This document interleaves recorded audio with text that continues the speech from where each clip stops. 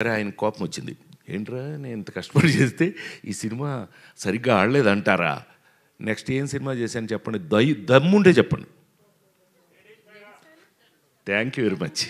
ఇంకెవరు లేడీ ఏంటారు అనుకున్నా, అంత కుర్రలేనేమో అనుకున్నా. Lady styler. నా జన్మలో ఈ రోజున వారి ముందు చెప్తున్నాను, నేను నాకు అవకాశం దొరికింది అందుకని చెప్తున్నా. ఈ అవకాశం ఆయనతో రాదు మాకెప్పుడు. కానీ వాళ్ళు చెప్తున్నా, సార్ ప్రేమించి పెళ్ళాడు సినిమా తర్వాత ఆత్మహత్య చేసుకుందాం అనుకున్న నేను, అంతకుముందు డబ్బింగ్లు చెప్పేవాడిని, డబ్బులు వచ్చాయి, డబ్బింగ్ డబ్బులతో మద్రాసులో ఇల్లు కట్టే.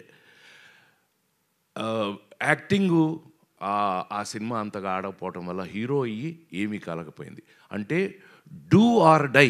లేడీస్ టైలర్ సినిమా కనుక ఆడకపోతే దండేసి దండం పెట్టేవాళ్ళు ఇప్పటికి. సో రాజేంద్ర ప్రసాద్ లేడు.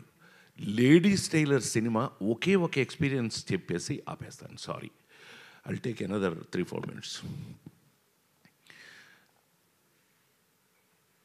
లాయర్ సుహాసిని అని ఒక సినిమా యాక్ట్ చేసాం. మా వంశీ సంగతి మీ అందరికీ తెలుసు కదా. ఇప్పుడు వంశీ సంగతి ఇక్కడ ఎందుకు లేండి, షష్టి పూర్తి. వంశీ పత్తి పేసనున్న మొత్తం పోచి ఎల్లరికీ తెలియం. సో వాడు నాకు ఆల్రెడీ కొత్త విలన్ని పెట్టి అతను నేను ఫైటింగ్ చేస్తుంటే కొట్టుకోండి అని షార్ట్ కంటిన్యూ చేశాడు.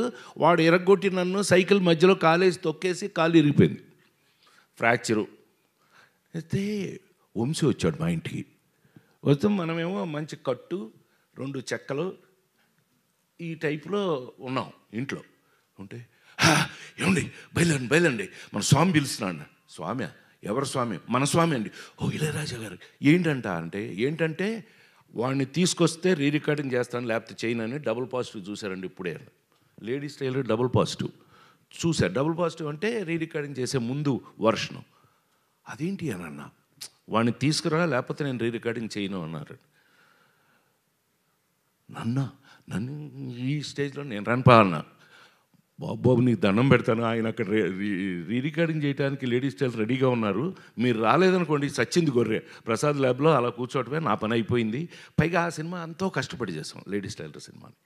సో అవన్నీ ఈ పీత కష్టాలు పీత అన్నట్టు సరే తిట్టుకుని షార్ట్స్ ఉన్నాయి అయినా పర్లేదని ఆయన పిలిచారు అని చెప్పి ఆ స్ట్రెచ్తో నేను అక్కడికి వెళ్తే స్వామి థియేటర్ బయట నిలబడి ఉన్నారు ఇలాగే.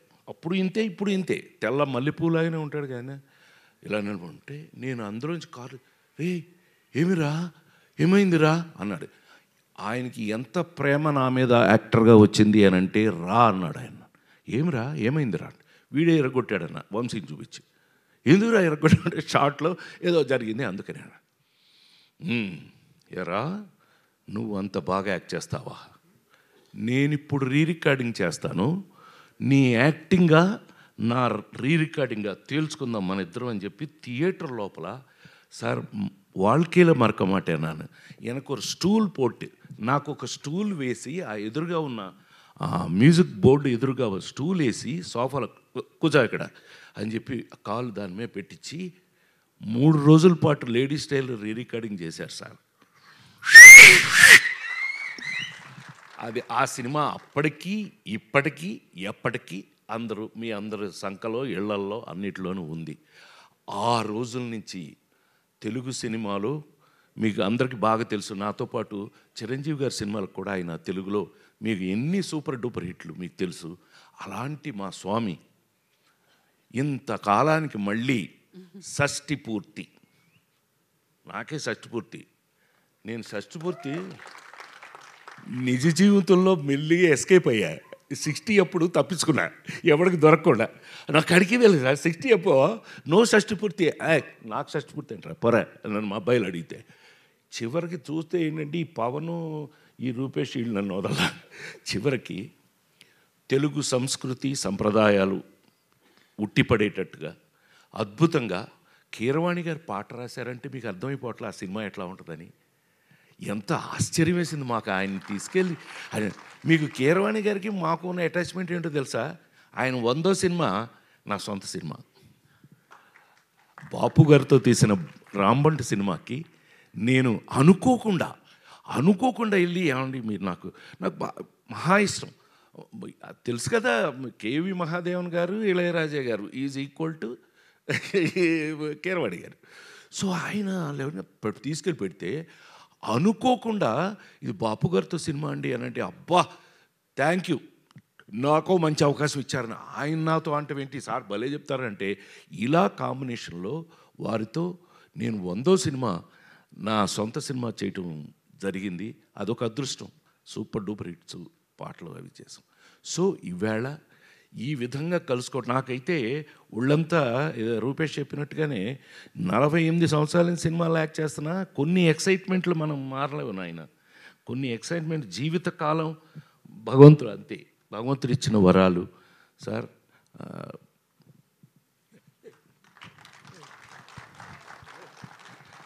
నిజంగా ఆయన ఎంత బాగా నా సినిమా అనేటప్పటికల్లా చెట్టు కింద ప్రేడర్లు మీరు ఎన్నో చూశారు, ఇంకా నేను ఇప్పుడు దాని గురించి చెప్పాల్సిన అవసరం లేదు.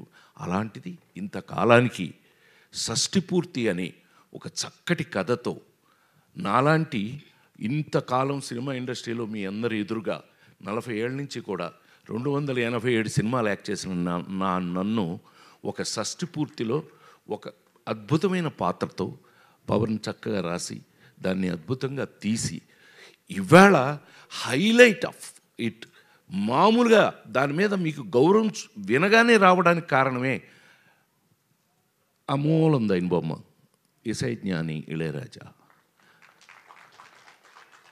ఏమండి ఆయన పాట రాయటం నేనైతే ఆశ్చర్యపోయాను సార్. నిజంగా మీ పాట విని ఏంటి ఆయనే రాశారంటే, అరగంటలో రాశాడు మా చైతన్యకి నాకు లింక్ తెలుసు కదా, ఆ నలుగురు జన్మలో ఎవరో మర్చిపోలేని తెలుగు సినిమా. చైతన్య అదేంటి అని అంటే, అవునండి కూర్చొని రాశాడు ఆయన. అందులో ఇళయరాజా గారు అనగానే ఒళ్ళు గగురు ఆయనకి ఊపు వచ్చేసిందండి, రాశాడు. ఎంత అద్భుతం అండి. వీటన్నిటికీ మించి మాకు ఈ సినిమా చూస్తుంటేనే మీకు పెయింటింగ్ వేసినట్టుగా ఉంటుంది. పద్మశ్రీ తోట తరణి అన్నయ్య, ఈ అన్నయ్య మేమంతా బ్యాచ్లండి, మేమంతా బాగా చెప్పనులే, ఫ్లాష్ బ్యాక్ ఎందుకు చెప్తాను చెప్పను, మనం ఏవిఎంలో అట్లు అల్లరి చేసినంత చెప్తానండి.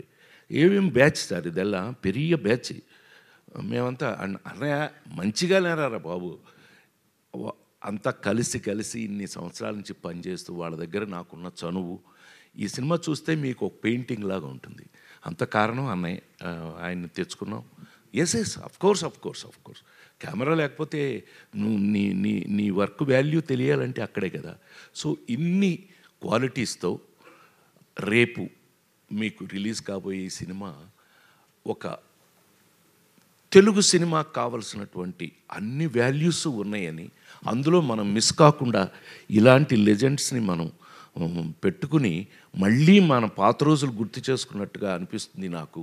ఇంకా మీ ముందు పనిచేస్తున్నాను కాబట్టి నేను ఇంకా మీ అందరి ముందు కళాకారుడిగా చాలా కాలం ఉండాలంటే ఇలాంటి సినిమాల వల్లే అని మరొక్కసారి మనవి చేస్తూ, ఈ అవకాశం నాకు ఇచ్చిన ప్రతి ఒక్కరికి కూడా పేరు పేరున కృతజ్ఞతలు తెలియజేస్తూ, ఇళయరాజా గారు ఇంకా ఇంకొక 100 సినిమాలు చేయాలని నేను అనుకుంటున్నాను.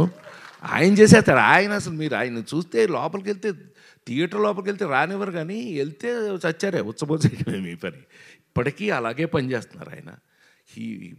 కొన్ని ఎందుకని కొంతమంది అంతేనేమో, ఇంకా వాళ్ళు మనమేం మార్చలేము.